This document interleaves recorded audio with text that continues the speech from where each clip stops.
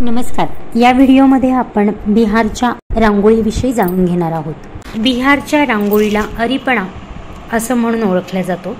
बिहारच्या अरिपणा रांगोळीला स्वतःचा एक असा प्रकारचा उत्सवाचा स्पर्श आहे। फुललेल्या कमळाच्या सारख्या विविध गुंतागुंतींचे आकार आणि नमुन्यांची रांगोळी उभा जोडलेल्या नमुन्यांसह तयार केली जाते। हे अनेकदा दिवाळी आणि इतर स्थानिक सणांच्या निमित्ताने बनवले जातात।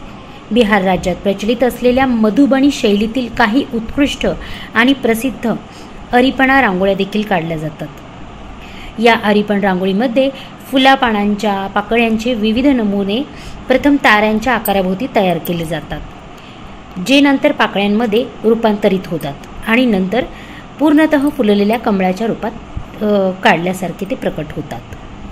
अरिपण हा प्रकार मिथिला कलेचा एक प्रकार आहे, ज्याचा उगम बिहारच्या मिथिला प्रदेशात झाला, विशेषतः मधुबनी या गावात। अरिपण तयार करण्यासाठी तांदूळ पावडर वापरल्या जाते आणि त्याची पाण्याची पेस्ट केली जाते, त्याला पिथर असे म्हणतात। हाताची 2 बोटे पिथरामध्ये बुडवून त्याच्या जलद हालचालींद्वारे जमिनीवर सुंदर भौगोलिक नमुने तयार करण्यासाठी हे काढले जातात।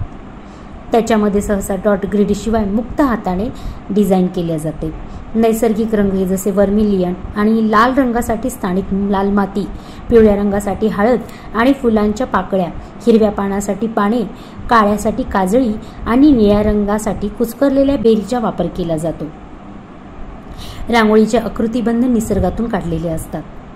देवी देवतांच्या प्रतिकात्मक आकृत्या तसेच स्वस्तिक, दिवे, यंत्र इत्यादी इतर पारंपरिक चिन्हे डिझाईन्समध्ये वापरले जातात। ही सोलट रांगोळी अष्टदल कमळ म्हणून देखील ओळखल्या जाते। 8 पाकळ्यांचा कमळ, त्यात शंख, चक्र, गदा, पद्म, त्रिशूळ आणि डमरू असं त्याच्यामध्ये दाखवलं जातं। भगवान शिव आणि सूर्य आणि चंद्र हे देवांचे वाद्य, यामध्ये ताऱ्यांनी वेढलेल्या मध्यभागी स्वस्तिकेचे शुभचिन्ह देखील काढले जाते। अशा पद्धतीने बिहारमधील ही प्रसिद्ध रांगोळी अरिपण नावाने म्हणून ओळखल्या जाते।